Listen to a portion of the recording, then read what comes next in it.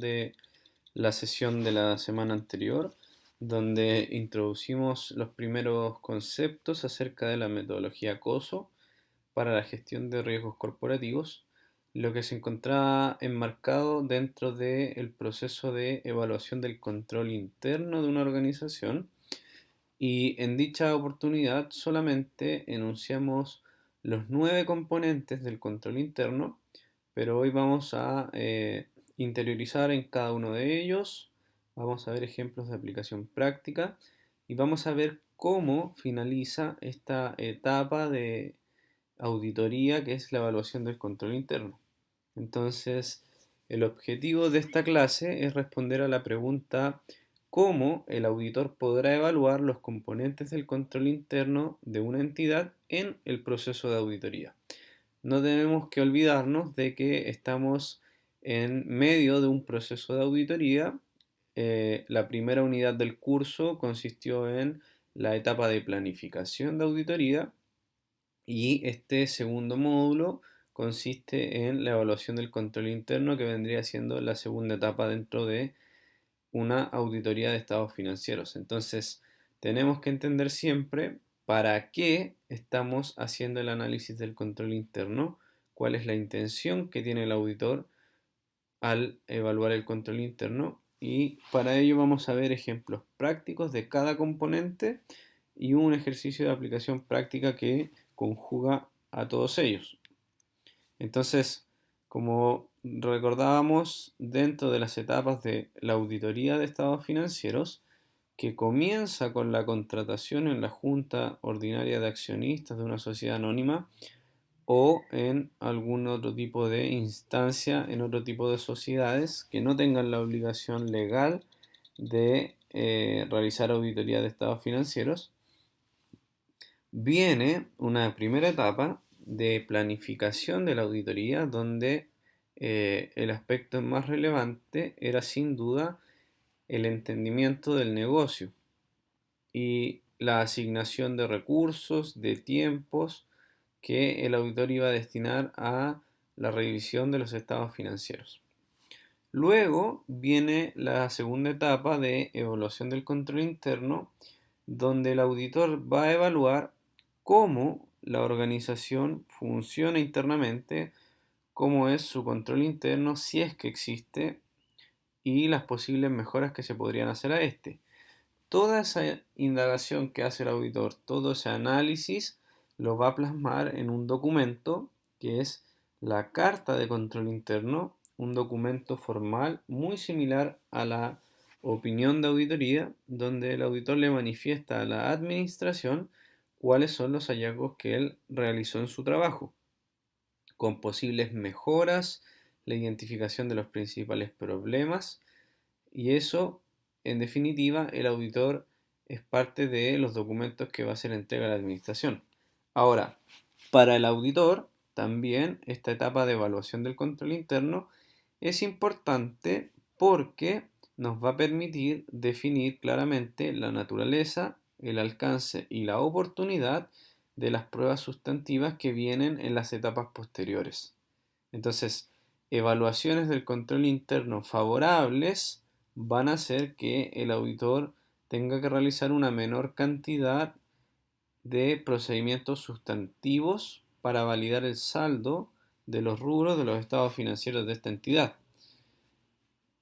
Y en el caso de que esta evaluación sea desfavorable, la cantidad de procedimientos va a tener que ser mayor y buscando validar una mayor cantidad de información porque el control interno de la organización no te garantiza de que esté libre de representaciones incorrectas significativas. Entonces, es importante esta etapa porque de esta va a depender la naturaleza, el alcance y la oportunidad de los procedimientos sustantivos a aplicar en las siguientes dos etapas. Entonces, cuando el auditor quiere verificar cómo es el ambiente interno de la organización, principalmente debe centrar su atención en verificar la existencia y la correcta implementación de códigos de conducta, códigos de ética y manuales para resolver conflictos de intereses. Entonces, es importante verificar que exista este tipo de documentación formal, que esté escriturada y que se esté implementando de la manera adecuada. Es decir, no basta con que únicamente se exprese o se enuncie en un documento si es que los miembros de la organización no están llevando a cabo los procedimientos como dictan estos manuales o códigos. Entonces, es muy común que al ingresar a una organización se le haga entrega a estas nuevas personas de los códigos de conducta, el manual eh, de ética, el reglamento interno. Entonces, el auditor en primer lugar va a tener que validar que existan estos documentos, que se le haga entrega formal a cada una de las personas dentro de la organización y que haya una correcta implementación. ¿Cómo lo pueden hacer? Debemos cuestionarnos entonces si estos códigos influyen en el manejo de conflictos de intereses, de pagos o de otras normas de conducta. Si los códigos son conocidos y entendidos por los empleados y si son actualizados constantemente.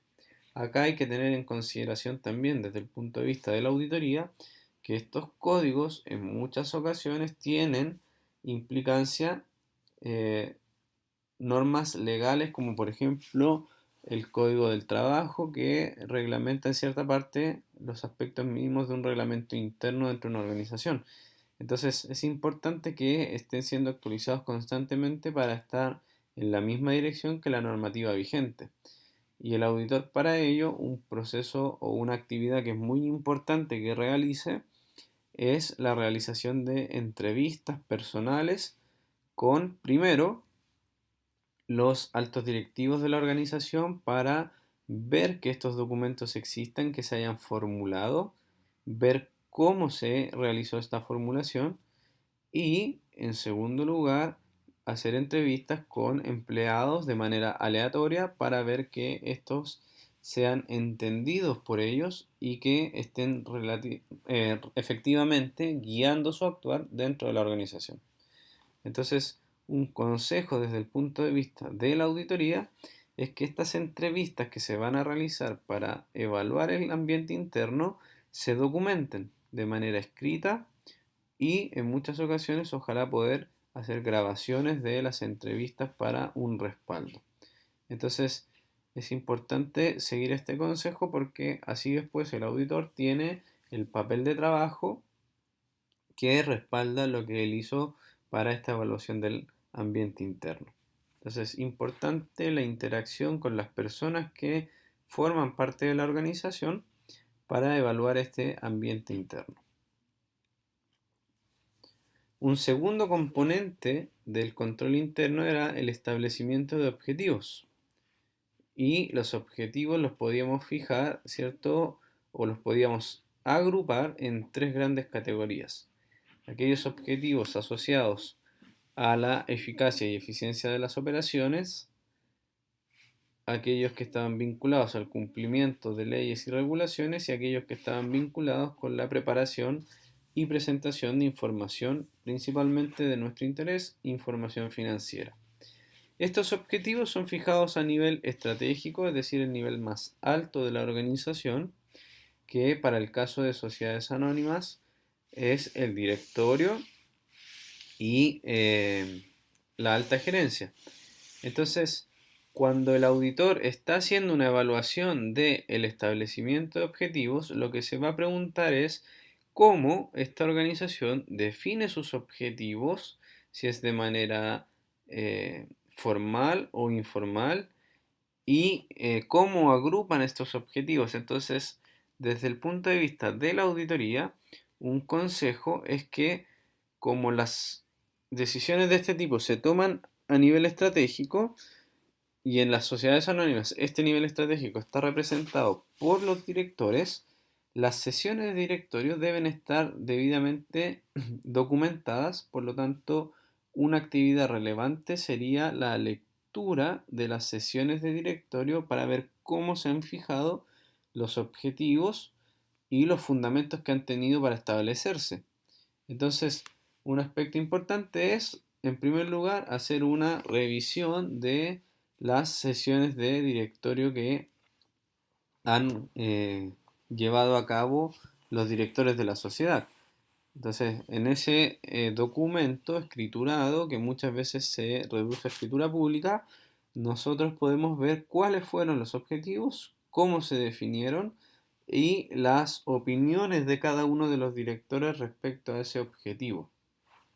Entonces, es una buena herramienta para realizar la auditoría el hecho de poder leer estas sesiones y muchas veces hacer un resumen y documentar por escrito como papel de trabajo que a la hora de establecer objetivos y evaluar este componente, el auditor revisó sesiones de directorio. De igual manera, yo podría hacer entrevistas con los directores o con los gerentes para entender cómo es el procedimiento de establecimiento de objetivos dentro de la entidad que estamos auditando. Un tercer componente dentro del control interno es la identificación de eventos. La identificación de eventos responde a que la administración reconoce que existen incertidumbres, se mueven en entornos inciertos, por lo que no se puede conocer con certeza cuándo y cómo ocurrirá un evento o si se materializará su resultado. Por lo tanto, los eventos pueden tener un impacto ya sea negativo, positivo o incluso de ambos tipos. Y los eventos que tienen un impacto potencialmente negativo son los que más van a centrar nuestra atención porque son los que representan riesgos, los cuales requieren valoración, que es otro componente del control interno, la evaluación del riesgo, y requieren, ¿cierto?, darle una respuesta a los riesgos, que es otro de los componentes del control interno. Entonces, para identificar eventos, es muy importante apoyarse en técnicas como por ejemplo el análisis de flujos de procesos. Es una de las herramientas más utilizadas en auditoría y es una de las herramientas que a simple vista aporta mayores antecedentes. Aun cuando también yo podría realizar entrevistas para ver cómo es el proceso de identificación de eventos, qué eventos ha identificado la administración y también podría utilizar herramientas como diagramas de eventos en árbol. Entonces, estos ejemplos están detallados con su aplicación en el informe COSO que ustedes disponen en la aula virtual. Yo me voy a centrar en el análisis de flujos de procesos, que es el más común, porque generalmente las organizaciones suelen tener análisis de flujos de procesos que ellos mismos construyen para sus actividades. De manera de que rotación de personal, el nuevo personal vea los manuales de procedimientos y sepa cómo funcionan los procesos. Entonces, muchas veces estos análisis de flujos de procesos ya existen en la organización y lo que vendría a hacer el auditor es verificar que sea el flujo adecuado y identificar dentro de ese análisis de flujo los posibles eventos que podrían afectar negativamente a la organización. Entonces, acá tenemos un ejemplo de una flujogramación de un proceso sobre la recepción de cheques y el procedimiento que se hace dentro de la entidad con los cheques recibidos. Entonces, si te das cuenta, lo único que se hace es hacer de manera gráfica el procedimiento que ejecuta uno de los trabajadores. Tiene figuras, estas rectángulos con cierta ondulación representan documentos y los que son rectángulos completos representan actividades. Entonces, cuando se recibe un documento, un cheque, el empleado sella el cheque con la fecha. Luego el cheque se introduce en el registro de cheques, el cheque es ingresado por el empleado,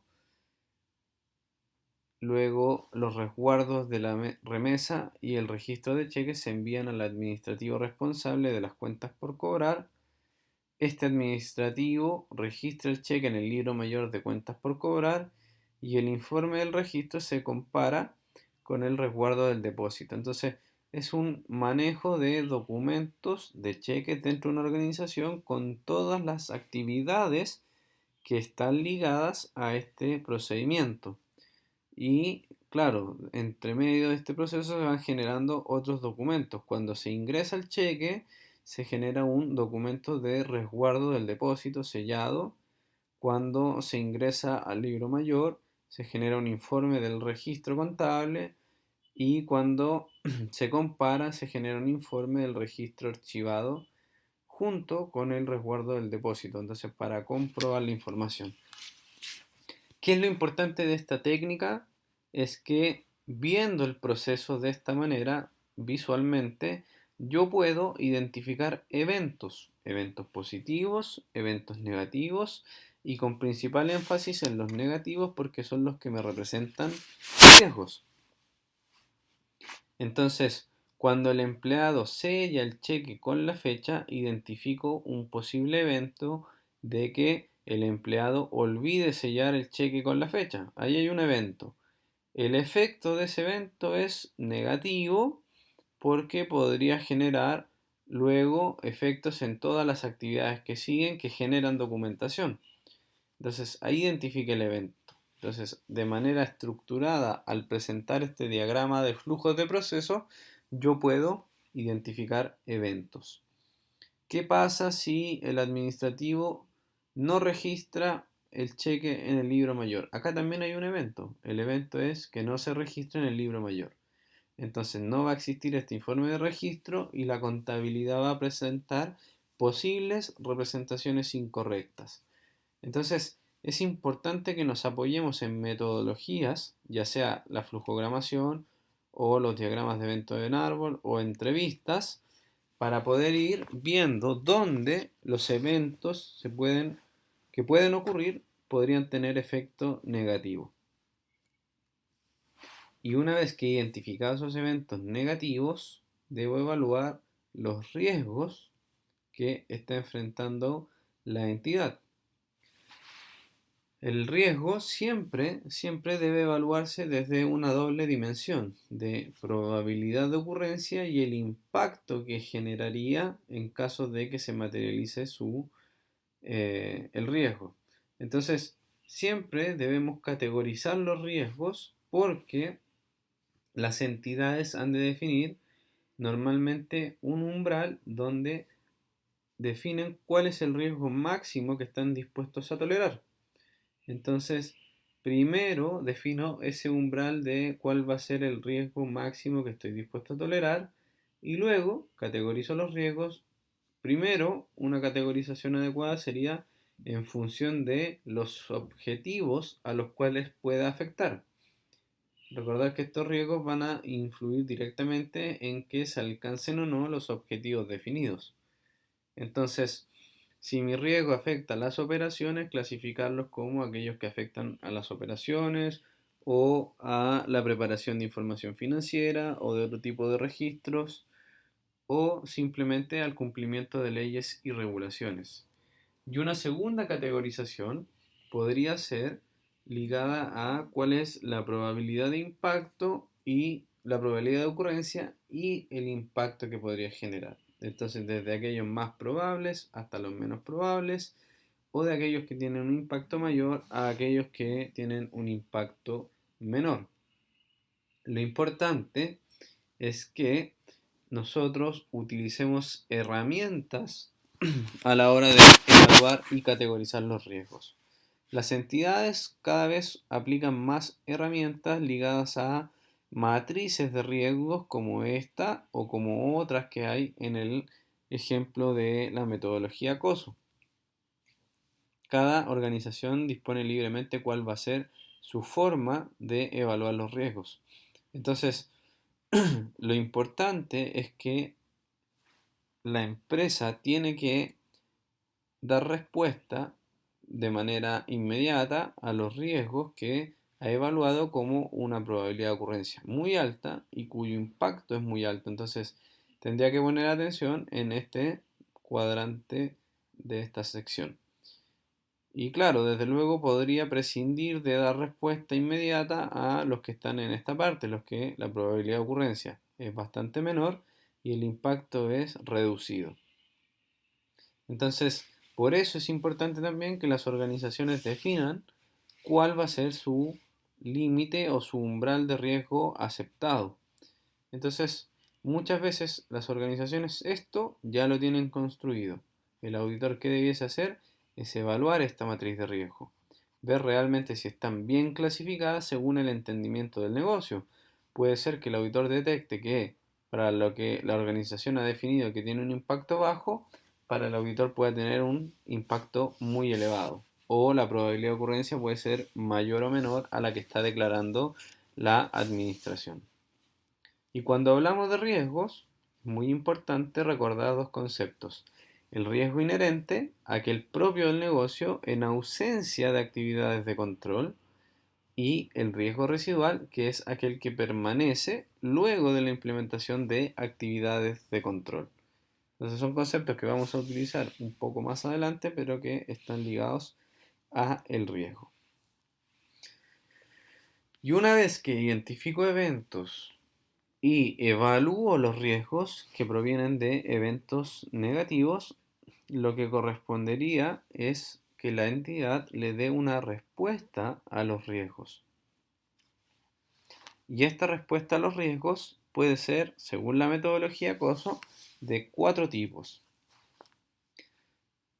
Pero antes de eso, desde el punto de vista de la auditoría, es muy recomendable que un auditor, sobre todo cuando es primera vez que auditas una sociedad, hagas una lectura a las notas de los estados financieros sobre esa entidad que vas a auditar. Principalmente porque la Comisión para el Mercado Financiero exige a las entidades emisoras de títulos de oferta pública una nota sobre cómo administran los riesgos. Entonces, esto te da una primera aproximación de cuáles son los riesgos que identifica la entidad y cómo ha de responder ante esos riesgos que ha evaluado. Entonces te da una primera aproximación y luego lo que tú tendrías que evaluar internamente con información solicitada es cómo responden a cada uno de los riesgos que tú identificaste y que están categorizados según lo que habíamos conversado recientemente. Entonces, una primera respuesta a los riesgos, según la metodología, podría ser evitarlos. Es decir, prescindir de una unidad de negocio, línea de producto o un segmento geográfico que te podría generar efectos negativos. Entonces, si lo piensas en algo un poco más aterrizado, en estos tiempos de pandemia, las organizaciones se ven enfrentadas a riesgos en la participación de mercados en el área oriental. Entonces, una forma de evitar esos riesgos es, bueno, no participando en esos mercados. O decidir no emprender nuevas iniciativas que podrían dar lugar a esos riesgos. Entonces, aquellos proyectos que estaban a punto de ejecutarse, decidir no emprenderlos porque la verdad, la respuesta al riesgo es evitarlo. Si evito ese riesgo, la verdad es que voy a estar respetando el umbral de aceptación que he definido previamente. Entonces eso es importante porque a lo mejor ese proyecto tenía una probabilidad de ocurrencia muy grande y un impacto muy elevado. Entonces, claro, el ejecutar el proyecto te iba a hacer asumir riesgos que se podían materializar y de manera muy fuerte. Otra posible respuesta al riesgo es la de compartir o transferir el riesgo, donde existen bastantes ejemplos o bastantes formas de compartir o transferir el riesgo. La primera es adoptar seguros contra pérdidas inesperadas significativas. Entonces, la verdad es que esa es la más sencilla. Cuando yo tengo el riesgo de que, por ejemplo, se me pueda quemar, no sé, algún producto, alguna mercadería, lo que hago es la contratación de un seguro que en caso de que se materialice ese riesgo, un tercero va a responder frente a los daños que yo estoy enfrentando en mi patrimonio. Y esa es la alternativa más común, la más clásica, la más fácil de entender. Pero también hay otro tipo de situaciones donde yo podría compartir el riesgo, como por ejemplo establecer acuerdos con otras empresas, porque así ese riesgo que me iba a afectar solo a mí, ahora me va a afectar a mí y a otra empresa con la cual yo he decidido hacer un acuerdo comercial. Puedo externalizar los procesos de negocios para transferir el riesgo de aquellas actividades donde la entidad no es tan eficiente ni eficaz. Entonces hago una externalización y ese tercero ahora va a haber enfrentado los riesgos que habían asociados a esa actividad o proceso de negocios.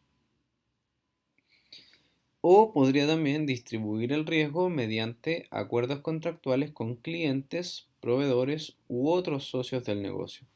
Entonces, la verdad es que existen distintas formas o alternativas de compartir o transferir el riesgo que pueden estar plasmadas, ¿cierto?, en estos ejemplos. Una tercera respuesta al riesgo es la de la reducción y está asociado principalmente a establecer límites operativos para reducir los riesgos que yo enfrentaría si es que aumento los niveles de producción o diversificar la oferta de productos porque quizás el riesgo está en que no se vaya a vender y quizás es porque solamente tengo un tipo de productos para un tipo de clientes. Entonces, la manera de reducirlo es diversificando mi oferta, ampliando la gama de productos que yo tengo para mis clientes.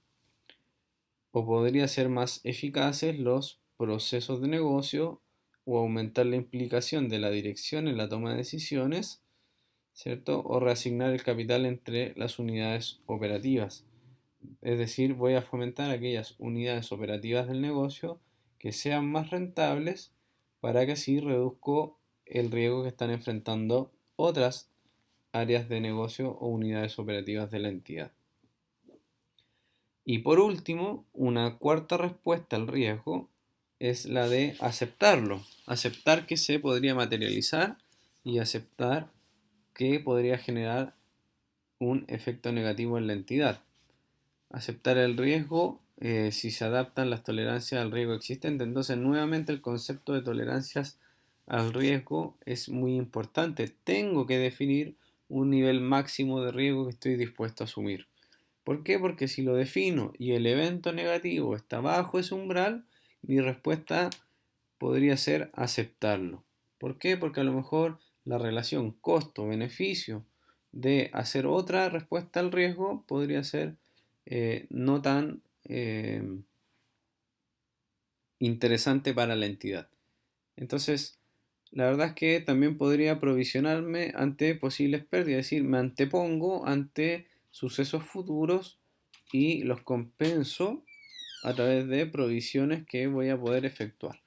O podría confiar, ¿cierto?, en las compensaciones naturales existentes dentro de una cartera pensándolo en una cartera de inversiones o mirando la entidad como una cartera de inversiones. Entonces, por ejemplo, si pienso en instrumentos financieros donde enfrento riesgos que podrían estar bajo el umbral de tolerancia al riesgo que he definido, yo podría confiar en que lo que pierde una lo va a ganar otra, por lo tanto este riesgo se compensa y esa es una compensación natural que existe dentro de una cartera de inversiones. Lo importante es que en las entidades podrían darse estos cuatro tipos de respuesta ante los riesgos que enfrenta la organización. Y cuando yo he definido dar una respuesta al riesgo, lo importante es que controle esas respuestas que he dado y este es el próximo componente del control interno, donde las actividades de control son las políticas y procedimientos que ayudan a asegurar que se lleven a cabo las respuestas de la dirección a los riesgos. Entonces, las actividades de control tienen lugar a través de la organización a todos los niveles y en todas las funciones. Es decir, dependiendo el riesgo y la respuesta que yo haya definido, ahí va a haber una actividad de control. Eso puede ser al nivel estratégico, táctico o operacional. Incluyen una gama de actividades tan diversas como aprobaciones, autorizaciones, verificaciones u otras. Es decir, en un tema donde hay mucho riesgo siempre, que es el manejo de activos financieros, eh, una actividad de control muy utilizada es la de aprobaciones y autorizaciones que se tienen que hacer dentro de la entidad. ¿Por qué? Porque así si alguien quiere girar un cheque o quiere hacer una compra, requiere necesariamente o una aprobación o una autorización de otra persona de la entidad.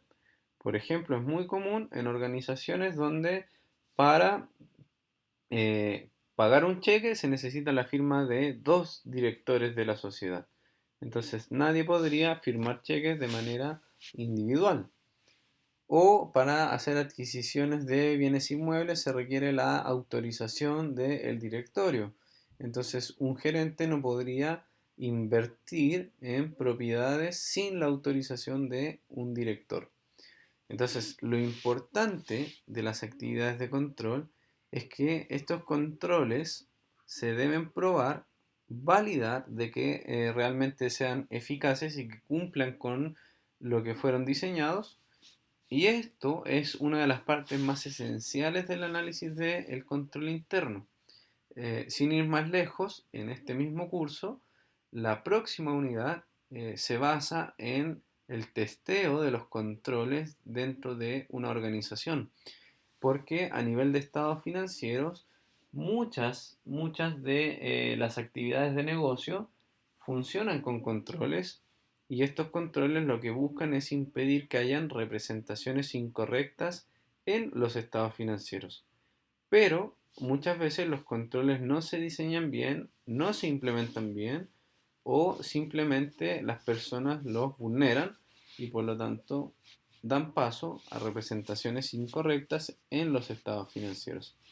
Para ello, para ejemplificar estas actividades de control, vamos a ver un ejemplo que está en la página 81 de la metodología COSO, de este informe que ustedes tienen en aula virtual, donde se dan ejemplos de actividades de control para transacciones de gastos y adquisición de activos que están sujetas a controles programados de validación y edición, que incluyen, por ejemplo, que los datos de la compra son validados con archivos o tablas específicas, es decir, se valida el número de orden del pedido, la cantidad, los campos claves son revisados para detectar valores vacíos, caracteres alfabéticos, valores dentro de un determinado intervalo, ausencia de datos, dígitos de verificación. Entonces, estas son las actividades de controles que vas definiendo en la organización. Si ustedes lo quieren ver desde el punto de vista netamente de la preparación y presentación de información financiera, los sistemas de información contable por lo general traen sistemas de o actividades de control. El ejemplo más clásico es que se pide el ingreso de valores positivos no sé, al ingreso de un documento de compra. Entonces, así el software va validando de que no se hagan transacciones con saldos negativos para netear alguna otra operación, o te pide las fechas, o te pide un root, o te pide ingresar con un perfil de usuario y ese perfil de usuario tiene distintas limitaciones.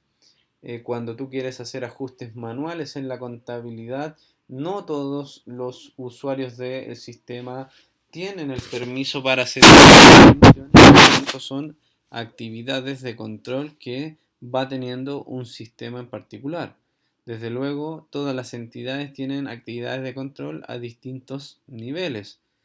El claro ejemplo es en el manejo de los inventarios, donde la mayoría de las organizaciones tiene una persona encargada de la bodega, quien es el que está para hacer el seguimiento y el control de las unidades que han entrado, que han salido, quién las solicita, pero también existen otras personas responsables de otras actividades como por ejemplo la contabilización del inventario, otra persona es la que hace las órdenes de compra. Entonces se van dando funciones a cada uno con la finalidad de evitar que hayan pérdidas de inventario o faltantes sin explicación. Entonces, eso también son actividades de control. Dejar a una persona en bodega que supervise, otro que haga un reproceso de información. Entonces, contamos con estas actividades de control que nos ayudan a asegurar que se lleven a cabo las respuestas de los riesgos que habíamos conversado recientemente. Y luego está un octavo componente que es la información y la comunicación dentro de lo que es el control interno. Este componente está asociado a que información pertinentemente identificada, capturada y comunicada oportunamente. Es decir, la información es un recurso estratégico dentro de las organizaciones que tiene que fluir, que tiene que haber una retroalimentación constante desde toda la organización.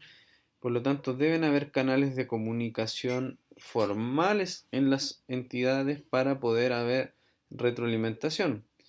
Asimismo, tiene que haber un acceso a la información generada de fuentes internas y externas y en forma cuantitativa y cualitativa. Es decir, las personas dentro de la organización tienen que tener acceso a esa información.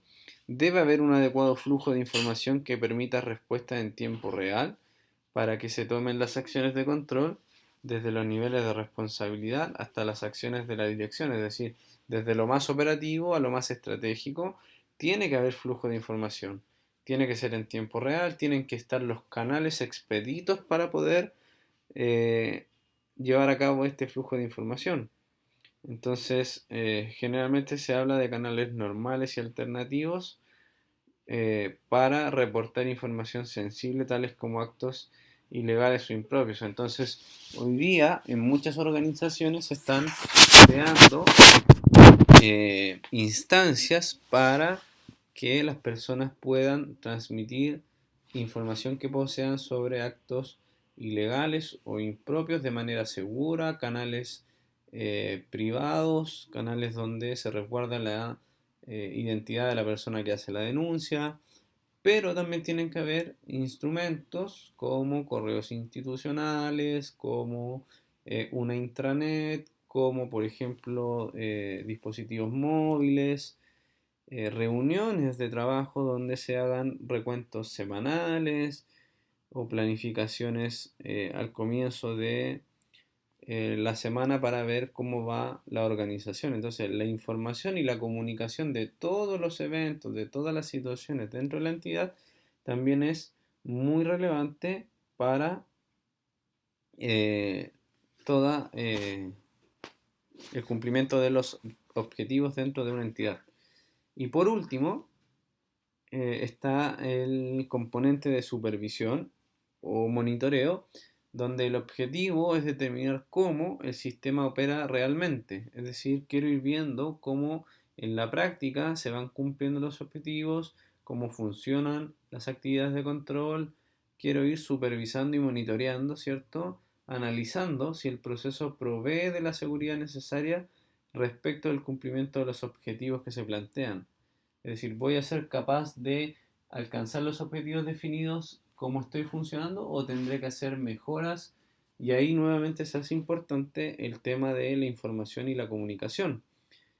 Como dice acá, todo el proceso ha de ser supervisado, introduciéndose las modificaciones pertinentes en forma oportuna, porque la intención de supervisar y de monitorear es poder hacer una retroalimentación que sea de manera oportuna. De esta forma el sistema puede reaccionar ágilmente y cambiar de acuerdo a las circunstancias, más en estos tiempos donde el entorno es tan incierto, existe tanta incertidumbre y por lo tanto yo necesito estar monitoreando constantemente las actividades de una organización. Eh, y acá el principal consejo es de que a nivel financiero, pensando en la auditoría, la revisión de cumplimientos de presupuestos corresponde a una actividad de supervisión. ¿Por qué? Porque estoy supervisando que los objetivos se estén cumpliendo. Una forma de traspasar objetivos a algo más aterrizado es a través de presupuestos, porque también sé que los objetivos los puedo categorizar y dentro de los objetivos están aquellos de índole financiera. Entonces, el auditor muchas veces también ha de revisar de manera más por encima, ¿cierto? Cómo se hacen estos presupuestos, si se están cumpliendo, porque me podría dar indicadores de cómo es el componente de supervisión o monitoreo. Generalmente estos procesos se llevan a cabo en sesiones de directorio que deben quedar documentadas y una forma práctica de evaluar este componente es leer dichas sesiones y hacer resúmenes de ellas, tal como habíamos hablado en el establecimiento de objetivos. Adicionalmente podremos evaluar cómo se fijan los objetivos. Claro, que era lo que ya habíamos enunciado cuando vimos ese componente. Entonces es muy importante saber cómo es este ambiente de control y este elemento, perdón, del control interno. Porque en muchas organizaciones es fácil verlo a través de cargos de jerarquía en el organigrama de una entidad donde existen supervisores, cargos intermedios de personas que están constantemente viendo que las actividades se realicen según lo presupuestado, según lo planificado, pero hay otro tipo de entidades que por su naturaleza no existen, pero sí existen otras instancias, como la revisión de presupuestos, como las sesiones de reuniones semanales entre la gerencia, donde yo puedo ir viendo cómo se evalúa, se monitorea y se supervisa el cumplimiento de objetivos. Entonces, de manera de conclusión, un buen sistema de control interno lo que nos permite es entregar una seguridad razonable sobre cómo los riesgos afectarán a la organización y por lo tanto si los estados financieros podrán presentar representaciones incorrectas significativas. Entonces, un buen sistema de control interno no te va a garantizar cómo afectan los riesgos a la organización. Lo que te puede entregar es una seguridad razonable. Y por lo tanto, si te entrega una seguridad razonable de cómo los riesgos afectan a la organización y principalmente de cómo la entidad gestiona sus riesgos, lo que yo podría entender es que si los gestiona adecuadamente, es decir, hay un buen control interno, los estados financieros no debiesen presentar representaciones incorrectas significativas. Pero si esta evaluación no es tan favorable, yo podría pensar de que los estados financieros sí presentan representaciones incorrectas significativas. La diferencia va a estar dada en la naturaleza, el alcance y la oportunidad de los procedimientos sustantivos que yo defina en la etapa de revisión ya de los rubros de los estados financieros. Estos objetivos de control interno, como habíamos conversado, están orientados a tres grandes categorías: la eficacia y eficiencia de las operaciones, la razonabilidad de los estados financieros y el cumplimiento de las leyes y regulaciones. Y finalmente, todas las conclusiones del proceso de análisis de control interno, es decir, cuando analicé el ambiente interno, cuando analicé la información y comunicación, cuando analicé el establecimiento de objetivos y todos los componentes que hemos revisado, se presentan a la administración en una carta de control interno. Y esto es importante porque esto es donde se plasma todo el trabajo que yo he efectuado. Y para eso, lo que vamos a hacer es ver un ejemplo que ustedes tienen disponible en aula virtual de una carta de control interno a una determinada sociedad.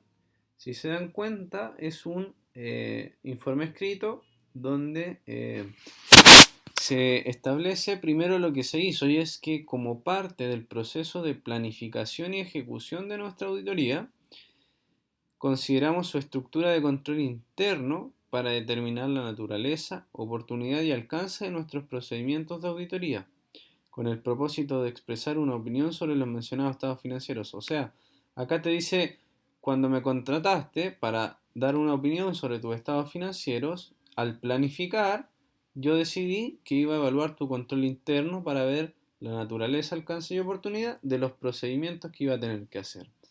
Por lo tanto, en este contexto, nuestra consideración de la estructura de control interno no necesariamente cubre la totalidad de las debilidades eventualmente existentes en las áreas sujetas a revisión, ni se indican aquellos numerosos procedimientos correctamente establecidos. Si el objetivo de esta revisión hubiese sido expresar una opinión sobre los sistemas de control interno, los procedimientos de evaluación habrían sido más extensos y específicos que los practicados. Por lo anterior, no se ha aprobado el cumplimiento y continuidad de todos los controles vigentes en la entidad, y nuestras observaciones no incluyen necesariamente todas aquellas posibles sugerencias que se podrían poner de manifiesto por medio de un estudio especial sobre la materia. Es decir, el auditor deja claro que el alcance de su trabajo no fue una auditoría de control interno, que existen, que se pueden hacer, sino que fue una auditoría de estados financieros. Y como parte de esos procedimientos para validar los saldos de los rubros, ellos utilizaron el análisis de control interno. Porque así pueden ver cómo la organización está funcionando y por lo tanto ver si podrían confiar o no en los estados financieros que preparan. En el estudio y evaluación efectuado con el propósito antes descrito, notamos ciertos aspectos sobre el funcionamiento del control interno en la sociedad que consideramos deben ser incluidos en este informe, tanto para cumplir con normas de auditoría generalmente aceptadas en Chile, las NAGAS, como para aportar a la administración elementos que pueden contribuir a salvaguardar en forma más efectiva los activos, a mejorar la calidad de la información, a optimizar la eficiencia administrativa y a lograr una mejor adhesión a las políticas de la sociedad, que son los objetivos que están definidos en las NAGAS como aquellos que tienen el control interno. Es importante hacer presente que ningún sistema de control interno puede lograr eliminar totalmente el riesgo de que errores o irregularidades ocurran o no sean detectados oportunamente. Es decir, acá te dejan claro de que un buen sistema de control interno solamente te va a garantizar una seguridad razonable sobre cómo los riesgos afectan a la organización. Y luego acá lo importante, los aspectos que llamaron nuestra atención con el propósito de facilitar su lectura han sido agrupados de la siguiente forma. El informe viene con un resumen ejecutivo, recomendaciones de control interno, y eso es lo importante. Hice el análisis, encontré situaciones y en la carta de control interno yo a la administración le hago recomendaciones sobre cómo mejorar su control interno. Entonces, claro, ellos hicieron recomendaciones para los ciclos de tesorería y conciliaciones bancarias, para las compras y cuentas por pagar, para activos fijos, para el área comercial e informática. Y aquí se empiezan a desglosar, ¿cierto?, estas recomendaciones. Parte con las recomendaciones que ya ha hecho el auditor en periodos anteriores y que la entidad no ha considerado implementar. Y luego vienen el resumen ejecutivo, y luego vienen las recomendaciones no implementadas, y estas son las recomendaciones de control interno para el año de la auditoría en particular. Entonces, sobre tesorería y conciliaciones bancarias, ellos recomiendan incrementar los esfuerzos tendientes a identificar, analizar y depurar partidas antiguas en la conciliación bancaria. ¿Qué es lo que argumenta el auditor? Que durante el proceso de revisión a las conciliaciones bancarias realizadas al 31 de agosto, hemos detectado la existencia de partidas por compensar cuya antigüedad es superior a 3 meses. Si bien es cierto, los montos involucrados son poco significativos para los estados financieros en su conjunto, es decir, no superan la materialidad, es importante señalar la importancia de establecer plazos máximos de depuración y un constante monitoreo sobre su aplicación.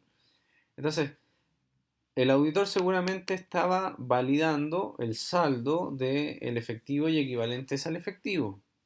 Dentro de eso debe haber definido como procedimiento sustantivo la revisión o recálculo de conciliaciones bancarias. Y en ello se dio cuenta que la entidad compensa o concilia partidas que tienen antigüedad superior a 3 meses. Y acá el tema es netamente comercial. Por ejemplo, documentos como los cheques vencen en un plazo de 90 días. Entonces, si tú estás conciliando esos documentos, tienes que tener cuidado porque esos documentos están vencidos. Entonces, habría que hacer una reclasificación en la contabilidad para reconocer que ese cheque venció. Entonces, a modo de ejemplo, hemos detectado las siguientes situaciones. Existen cheques pendientes de cobro por un importe de 1.000.000 de pesos registrados bajo cuentas contables denominado banco, que a la fecha de nuestra revisión se encuentra cerrada.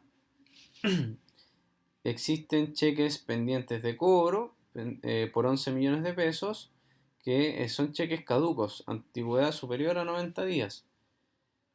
Y hemos observado la existencia de depósitos no contabilizados y no compensados a la fecha de nuestra revisión y abonos bancarios no identificados con antigüedad superior a 90 días por un importe de 30 millones de pesos. Entonces, luego el auditor le presenta ciertos riesgos que están asociados a una inadecuada presentación de los estados financieros, porque ese saldo presenta errores de presentación, principalmente con este tema de las antigüedades y las reclasificaciones de cuentas, y riesgos asociados a la identificación, el control y depuración de partidas en conciliación bancaria, es decir, ¿por qué estás conciliando partidas que ya están vencidas? Entonces, ojo en cómo estás identificando, controlando y depurando esas partidas. Cabe destacar que a mediados del año 2009 efectuamos un trabajo orientado a la revisión detallada de partidas en conciliación bancaria. Las conclusiones se las presentaron en la presentación a la Presidencia Ejecutiva, donde destacamos gran parte de los aspectos que generaban las partidas en conciliación bancaria. O sea, acá está dando antecedentes el auditor para finalmente recomendar a la administración continuar los esfuerzos tendientes a identificar las partidas antiguas en conciliación bancaria, tanto para aquellas que se van generando en el año como también aquellas de arrastres de periodos anteriores. Y finalmente le haces un comentario en esta carta de control interno a la administración, donde se realiza, ¿cierto?, la revisión en forma periódica de partidas pendientes por conceptos caducos, cuentas cerradas, cheques pendientes de cobro, entre otras. Sin embargo, efectivamente no se encuentra formalizada una frecuencia ni un procedimiento, por lo que comprometemos la emisión de un documento que norme casos como los descritos. Entonces, acá el auditor lo que finalmente está diciendo es: tú tienes procedimientos de conciliación bancaria que los realizas en tu entidad, pero la forma de realizar el procedimiento no está definido. Entonces, el consejo es: defínelo formalmente, define un responsable, una frecuencia, define formalmente cuál va a ser el procedimiento, porque así entonces vas a lograr aminorar los riesgos que nosotros te estamos presentando. Y uno es la inadecuada presentación de los estados financieros. Entonces, ahí hay un tema de riesgos de representaciones incorrectas que podrían ser significativas. Entonces, todo ese trabajo que hacemos de evaluar el control interno se plasma en esta carta de control interno de esa manera. Es decir, primero describimos lo que hicimos, ¿sí? Describimos nuestros hallazgos. Acá están los hallazgos, los riesgos que están propensos a materializarse en la organización y finalmente una recomendación para mejorar esos problemas. Y así en cada uno de los rubros donde tú pudiste encontrar ciertos hallazgos en tu procedimiento de auditoría. Entonces es importante que entendamos que el análisis del control interno se hace dentro de esta etapa de la auditoría que es preliminar a los procedimientos sustantivos. No lo hago simplemente para saber si el control interno de la organización es bueno o malo. Lo hago para definir la naturaleza, alcance y oportunidad de los procedimientos que vienen posteriormente. En empresas donde el control interno es bueno, yo puedo presumir que la contabilidad se presenta libre de errores significativos o de representaciones incorrectas significativas. Por lo tanto, voy a realizar menos pruebas, pruebas que tengan un menor alcance y que sean mucho más sencillas que en empresas donde el control interno es malo, donde voy a tener que hacer muchas pruebas, las muestras van a ser muy grandes, los procedimientos van a ser más complejos para validar los saldos.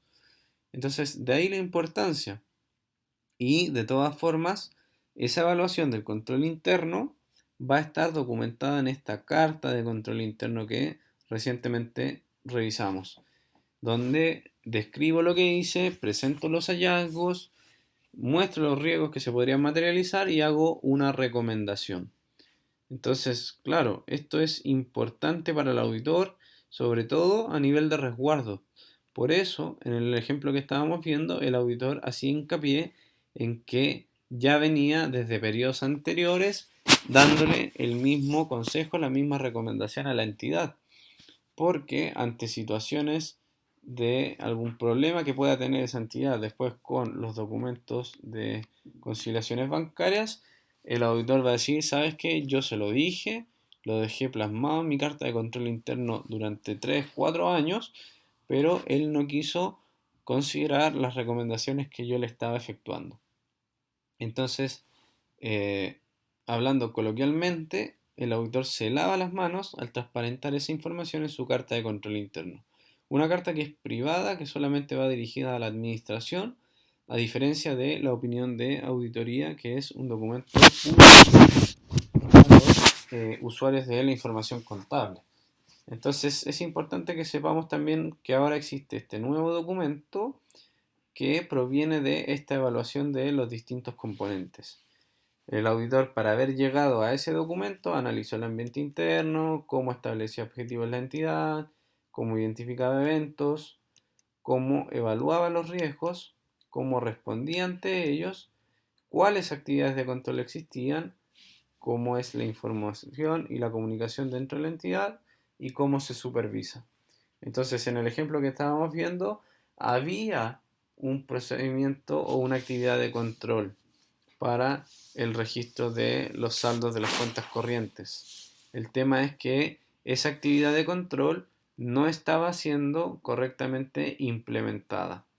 Entonces el auditor las probó, las validó y se dio cuenta de que existían problemas, de que el procedimiento se hacía, pero no había frecuencia, no había un responsable, no estaba formalmente definida la forma del procedimiento, por lo tanto lo plasma en su recomendación. Y lo que le recomienda siempre es de manera muy abierta, muy genérica, porque es el auditor solamente da las luces del problema, no tiene que dar necesariamente la solución. Entonces te dice, ¿sabes qué?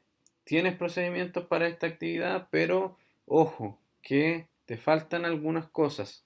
No te dice haz esto, sino que te invita a reflexionar sobre la posibilidad de tomar en cuenta este consejo para implementarlo. Y si te das cuenta, en el ejemplo, la entidad no tomaba en consideración esas recomendaciones del auditor, porque el mismo auditor lo dejó plasmado al decir, hay recomendaciones de periodos anteriores que no has puesto en práctica y te las defino de manera separada.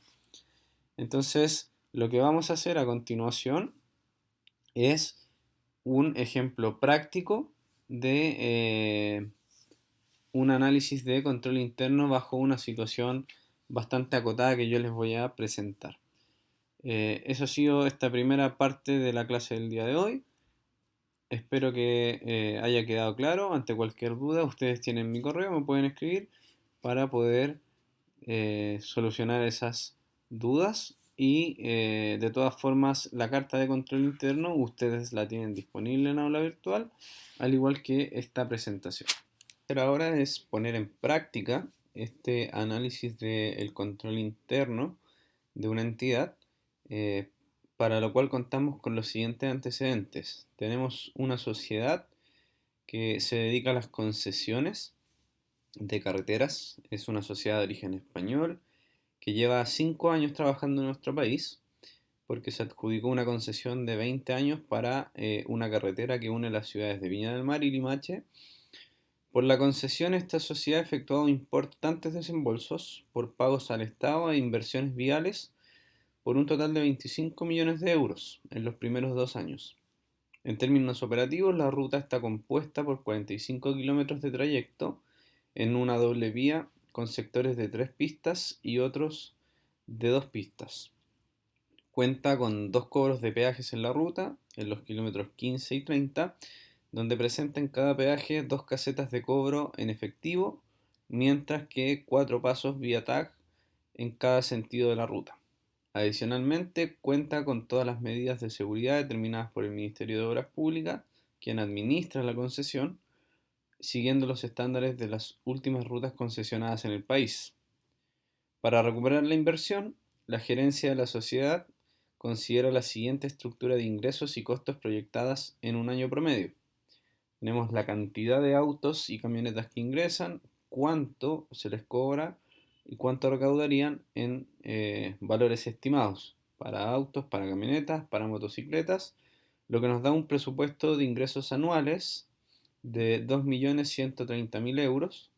Tenemos costos de mantención de las obras, el costo del personal y algunas licencias y costos financieros que son necesarios, lo cual te da, después de deducir estos gastos, un presupuesto neto anual de 1.350.120 euros. Como se manifiesta, los dueños de la sociedad ven con preocupación el retorno de la inversión, ya que se visualiza bastante acotado el nivel de utilidades anuales, considerando que existen costos administrativos importantes que cubrir, así como costos financieros por endeudamiento externo de la sociedad. Adicionalmente, están siguiendo muy de cerca la evolución de la cantidad de accidentes en la ruta, incluyendo las zonas con mayores situaciones de tránsito lento, ya que cada atención de los equipos de la concesionaria a los llamados de emergencia tiene un costo promedio de 1.000 euros. Por esta razón, la gerencia local ve con muy buenas perspectivas que exista un departamento de auditoría interna que se encargue de analizar y monitorear los eventos de riesgo y la estructura de control interno de la sociedad para así evitar pérdidas innecesarias de recursos. Los objetivos de los directores en España apuntan hacia un crecimiento de esta concesión como puerta de acceso para postular a nuevas concesiones en el país y a incrementar los retornos anuales al menos un 7% cada año. Se espera que un 5% de este retorno venga por un incremento de las tarifas, mientras que el 2% restante por un incremento del tráfico de vehículos. En cuanto a los niveles de tolerancia a errores permitidos, estos son muy bajos, ya que se considera relevante cualquier situación que sea superior a los 50.000 euros. Ante esto, determinen al menos dos objetivos de la organización, clasificándolos, identifiquen eventos, identificar al menos 4 categorías de eventos, hay que efectuar un análisis de riesgos, identificando al menos 3 y categorizándolos, responder a la pregunta qué posibles respuestas al riesgo se pueden presentar, explicando detalladamente cada caso, y definir al menos 2 controles relevantes a implementar para dar respuesta a estos riesgos. Entonces, hay que tener en cuenta el contexto de esta sociedad de concesión de carreteras de origen español, que ha invertido 25 millones de euros en los primeros 2 años, que tiene considerado un retorno de 1.350.000 euros por año para una concesión de 20 años. Por lo tanto, existe una preocupación en el eh, crecimiento, ¿cierto?, de estas utilidades porque no se estaría cubriendo la inversión inicial. Entonces, un primer objetivo, y respondiendo a la primera pregunta, sería incrementar los retornos anuales en el 7% para aumentar la rentabilidad del proyecto en los años futuros. Entonces, aquí tenemos la definición de un primer objetivo asociado a el nivel estratégico. Desde el punto de vista operacional, podemos definir objetivos según los antecedentes que contamos, que es disminuir la cantidad de accidentes de tránsito, porque cada accidente de tránsito tenía un costo de aproximadamente 1.000 euros, lo cual merma los retornos obtenidos anualmente. Otro objetivo podría ser controlar los costos laborales y de mantenimiento, los cuales eran bastante elevados, y de cumplimiento podrían ser asociados a los problemas para dar respuesta a las exigencias del MOB en relación a las condiciones de seguridad o viales en las carreteras del país. Es decir, quien administra la concesión es el Ministerio de Obras Públicas, que da ciertas exigencias a la concesionaria, por lo tanto ahí también hay un objetivo que es dar respuesta a esas exigencias.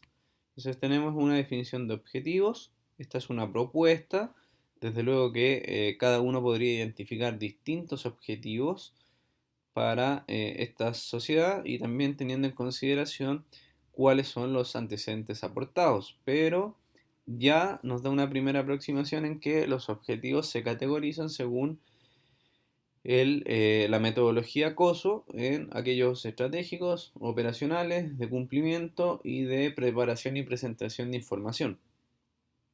Luego, otro componente del control interno era la identificación de eventos que podían ser positivos, negativos o de ambos tipos.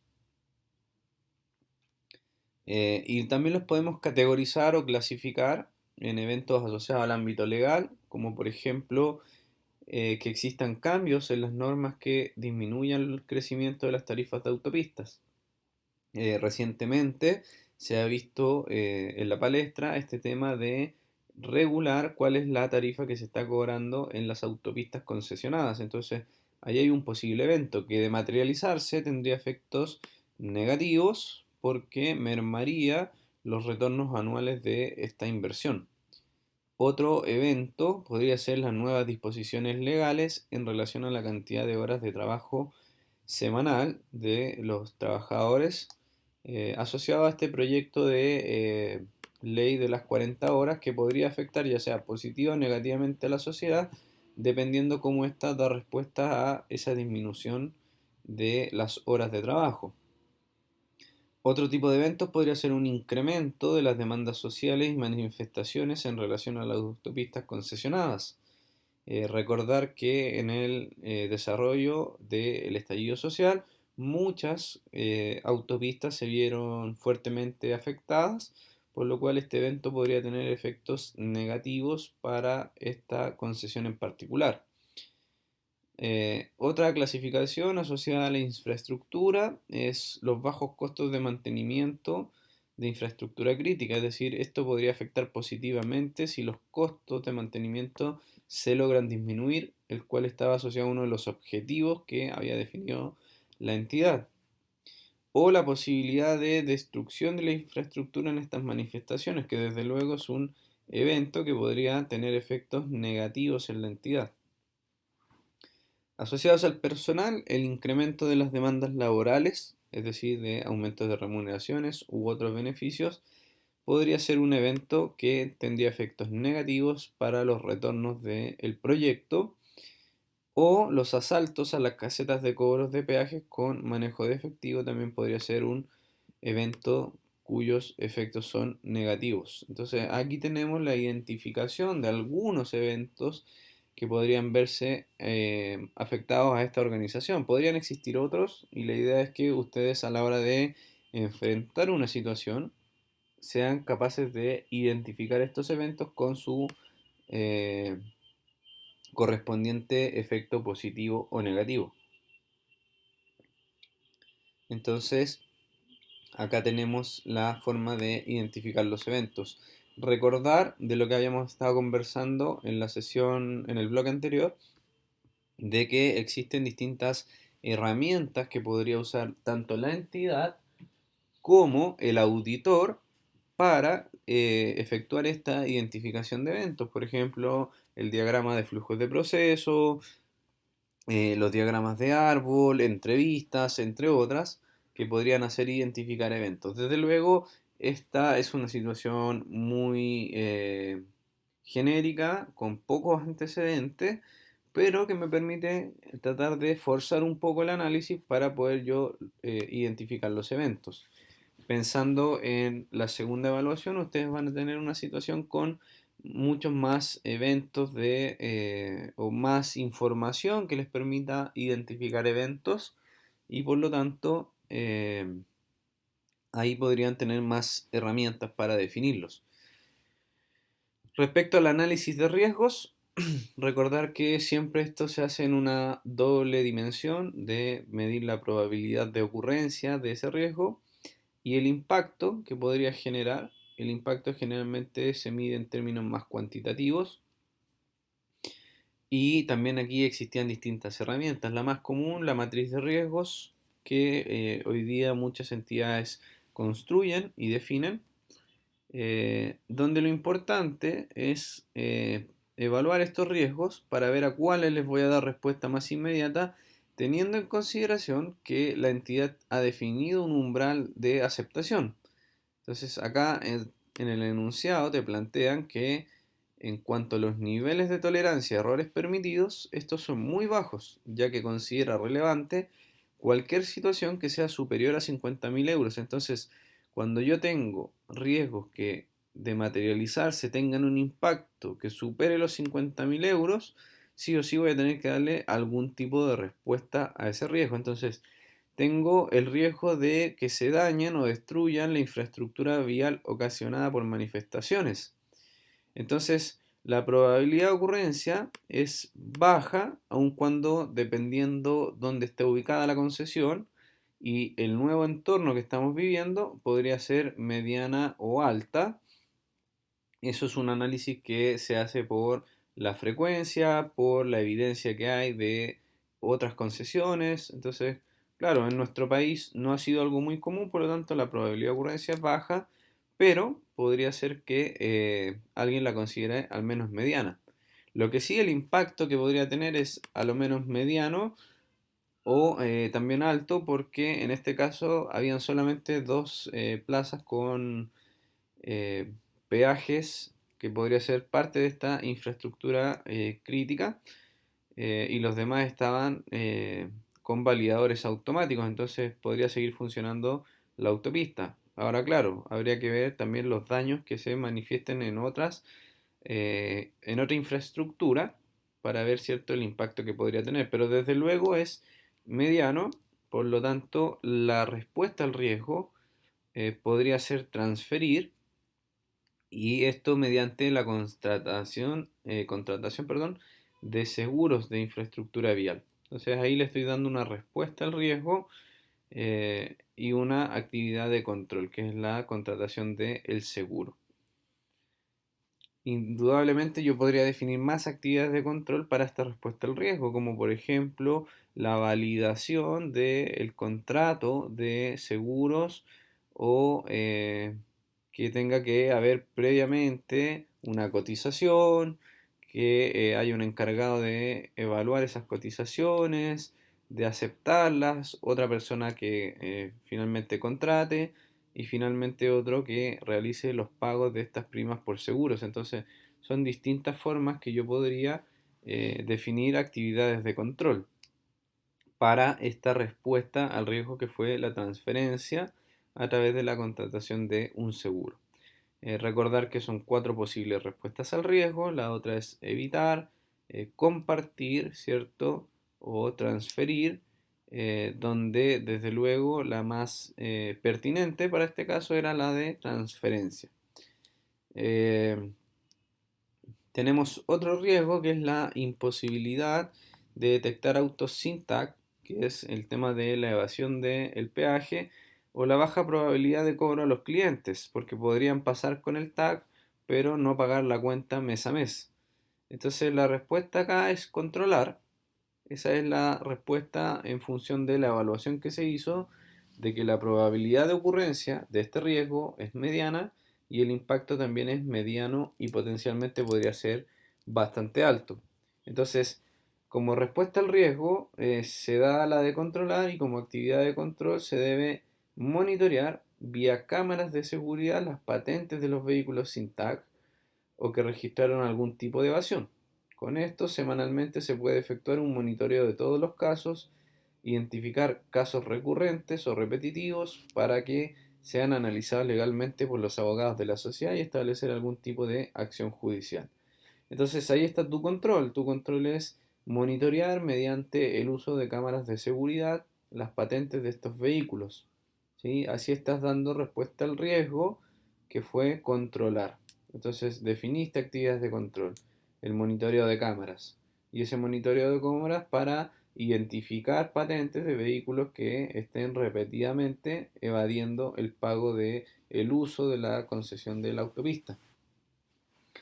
Luego, otra posible actividad de control es hacer con los clientes morosos o impagos de las carreteras que mensualmente se deben identificar los casos más significativos para ejercer acciones de cobro, incluyendo el cobro judicial, ¿cierto? Se informa a otros organismos públicos para evitar que estos vehículos puedan renovar licencias de conducir o patentes, podría ser otra actividad de control. Otro riesgo que se ve en esta sociedad para esta situación es los cambios contractuales que disminuyen las tarifas unilateralmente o que incrementan las exigencias al concesionario. Esto está dado porque es el Ministerio de Obras Públicas quien administra las concesiones y quien fija las cláusulas de los contratos a los concesionarios y tiene la facultad de unilateralmente hacer modificaciones. Desde luego la probabilidad de ocurrencia de esto es muy bajo porque nunca se ha dado o muy pocas veces y en caso de darse generalmente se hacen conversaciones previas, lo que sí el impacto podría ser muy alto. Por lo tanto, la situación acá, la posible respuesta más pertinente es la de evitar esta situación manteniendo sanas relaciones, siendo responsable con la concesión, entonces evitar de que puedan haber situaciones que hagan al ministerio tomar la decisión de modificar las cláusulas contractuales de esta concesión. Es casi imposible la transferencia, controlar es muy complejo, por lo tanto, evitar si es una de las respuestas al riesgo más pertinentes para este en particular. Luego, otro riesgo es el incremento de accidentes de tránsito en las carreteras con un incremento de los costos de atención. Y aquí la probabilidad de ocurrencia de accidentes de tránsito en carretera es mediana y también tendiente a ser muy alta.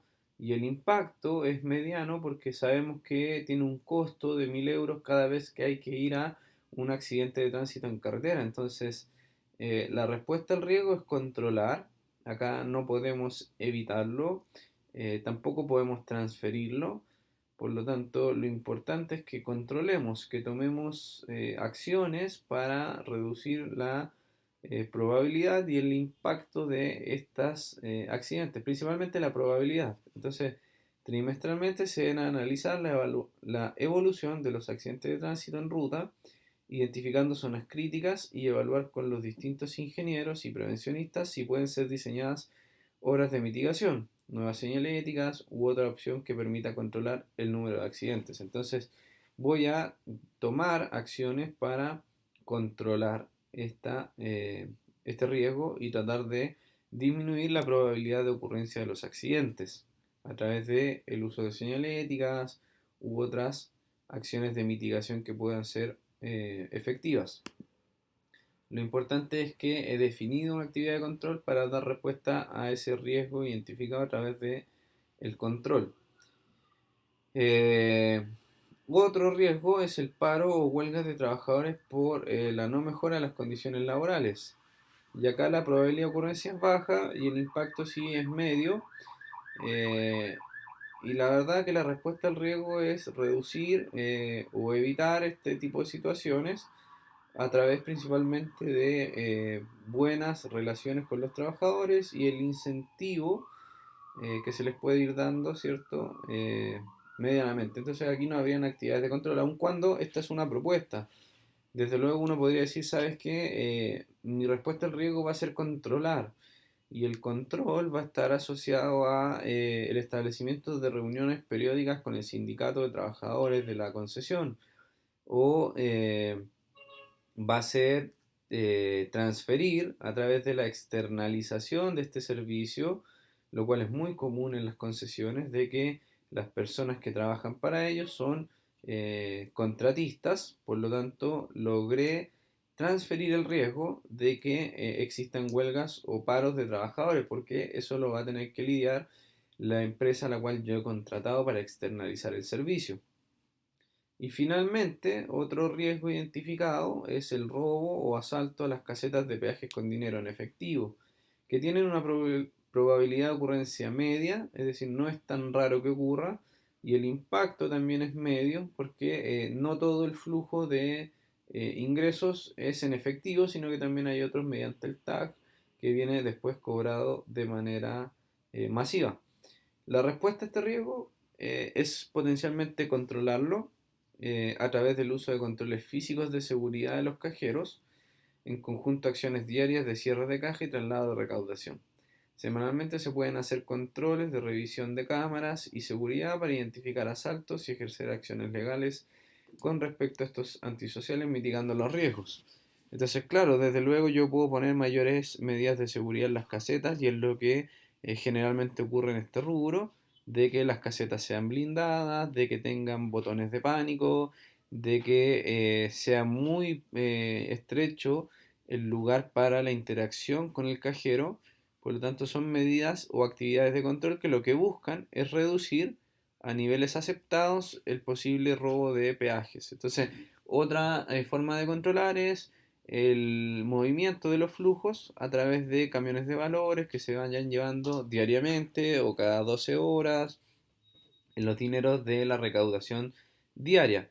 Entonces ahí he controlado, he transferido también el riesgo porque ahora si es que le roban al camión, bueno, la verdad es que ellos tendrán que responderme a mí porque ya el dinero está en posesión de ellos. Entonces son distintas las actividades de control que yo pudiera ir identificando. Lo importante es la metodología. La metodología que está en un primer caso de definir objetivos, luego identificar eventos, evaluar la probabilidad y el impacto de esos riesgos que provienen de eventos negativos y luego dar o entregar una respuesta a ese riesgo. Recordar que las respuestas pueden ser de cuatro tipos y luego una actividad de control que te permita estar monitoreando constantemente que esa respuesta al riesgo se esté cumpliendo y que esté en función de esa respuesta al riesgo. Entonces, si aquí mi respuesta al riesgo es controlar, bueno, defino actividades de control que permitan el control de los robos y asaltos a las casetas de peaje que manejan dinero en efectivo. Entonces, eso es lo importante. Desde el punto de vista de la auditoría, yo tendría que, en primer lugar, en una sociedad, ver este proceso, que ya esté hecho. Si no está hecho, lo hago yo, porque recuerden ustedes de que cuando hacía la evaluación del control interno, el auditor lo que hace finalmente en la carta de control interno es hacerle recomendaciones a la entidad. Entonces, puede ser que la entidad llegó hasta este punto, llegó hasta la construcción de su matriz de riesgo, define objetivos, identifica eventos y evalúa los riesgos, pero a lo mejor no le ha dado una respuesta.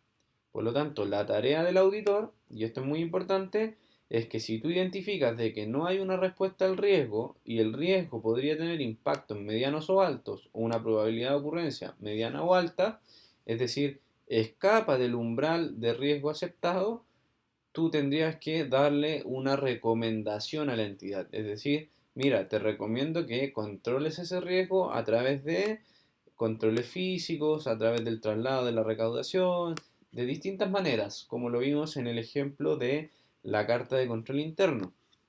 Entonces, esto yo lo plasmo en mi carta de control interno que finalmente va a ir a la entidad.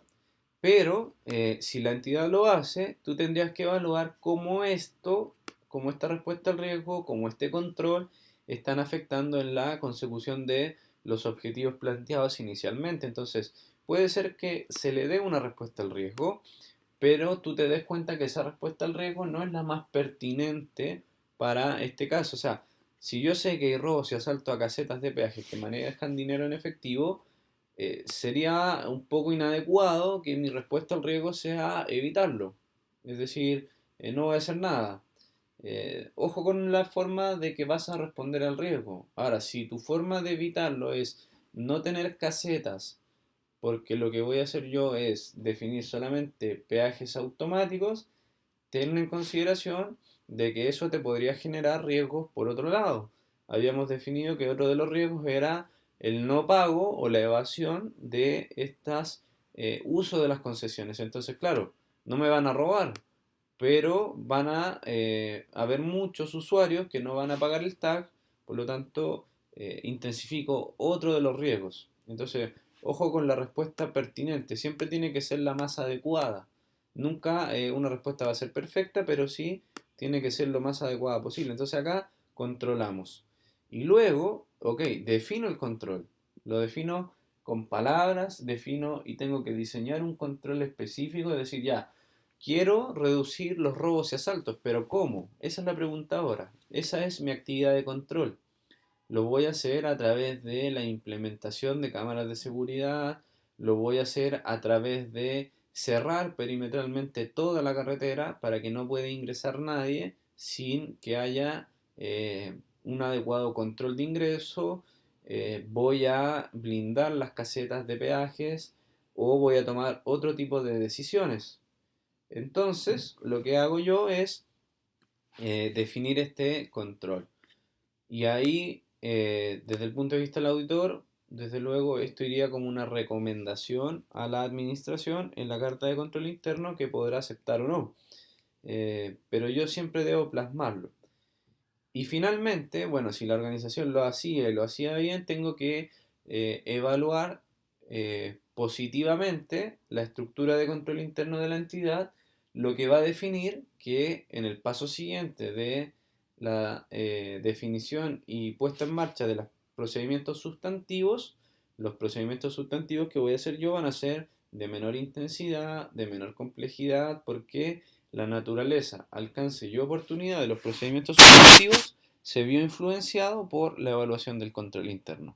Entonces, esta evaluación del control interno es importante que si no está hecha, el auditor la recomiende y si está hecha, que el auditor saque una conclusión respecto a si es favorable o desfavorable el ambiente de control interno y la estructura del control interno de la entidad. ¿Por qué? Porque eso me va a afectar directamente en la etapa posterior de la auditoría de estados financieros. Entonces, básicamente esta es una propuesta. Ustedes pueden aventurarse a definir otros objetivos, otros eventos, dar otra respuesta que no es la misma que está acá. Lo importante es que esa es la metodología. Recordar que acá faltan otros componentes de el control interno, que es el ambiente interno, es decir, cómo esta organización funciona ante la gestión de riesgos, cuál es su naturaleza, cuál es su cultura de gestión de riesgos, que era el primer componente. Nos falta también la información y comunicación, es decir, cómo es el flujo de información entre los distintos canales o departamentos de la entidad. Acá se habla de que existe un directorio, de que existe una gerencia en Chile, de que existen trabajadores en Chile, entonces cómo es la comunicación entre ellos dentro de la organización que me permita lograr estos objetivos, este incremento de los retornos, esta disminución de los accidentes de tránsito. Tiene que haber una adecuada comunicación y traspaso de información, tienen que existir los canales, sobre todo en este caso que existen barreras geográficas donde los que toman las decisiones estratégicas están en España. Y por último, el componente del monitoreo o supervisión, que también debemos tenerlo presente porque nos permite ir monitoreando el alcance de esos objetivos. Y aquí hay un ejemplo de esas actividades de monitoreo que era el presupuesto que se tiene. Entonces, después ir evaluando cómo se va alcanzando, cumpliendo ese presupuesto, es una actividad de monitoreo. Como también lo va a hacer el monitoreo que se haga para ver cómo están funcionando estas actividades de control que se han definido previamente. Entonces, esa es la metodología, así funciona.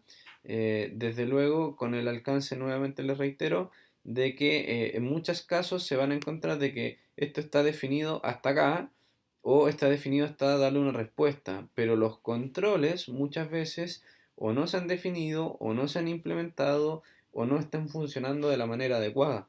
Lo que va a centrar nuestra atención en la tercera unidad, que es testear todos estos controles. Entonces, esa ha sido la actividad de esta sesión.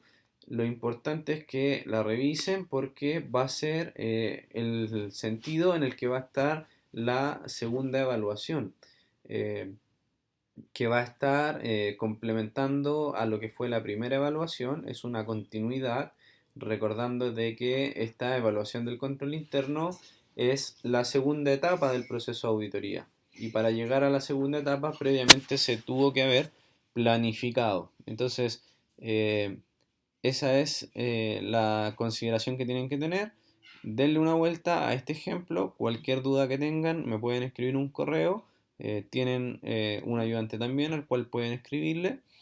Y lo importante es que entiendan la secuencialidad de estos componentes del control interno y cómo el auditor va evaluándolos cada uno, con qué propósito los evalúa y cómo podría en el fondo recomendar mejoras a esto, que es a través de la carta de control interno, y cómo el análisis de esto influye en las etapas posteriores de la auditoría, que es principalmente en cómo se va a definir la naturaleza, alcance y oportunidad de los procedimientos sustantivos. Eso ha sido la sesión de esta semana. Eh, con esto damos por concluido el análisis de la metodología COSO. La próxima sesión vamos a comenzar con algo que está muy vinculado, que es el entendimiento de los procesos de negocio. Porque cuando hacemos entendimientos de procesos de negocios, nos vamos a permitir introducirnos más en detalle en toda esta parte de los eventos, el análisis de riesgos, las respuestas y los controles. Entonces, eso es lo que viene. Y esto, sumado a lo que viene, son los tópicos que van a ser evaluados en la segunda evaluación. Ustedes tienen la fecha disponible en aula virtual y que va a ser de la misma metodología de que fue la primera evaluación. Es decir, vamos a tener el enunciado y con preguntas a responder que ustedes tienen que devolver en un tiempo de lo que dure la clase en cada semana.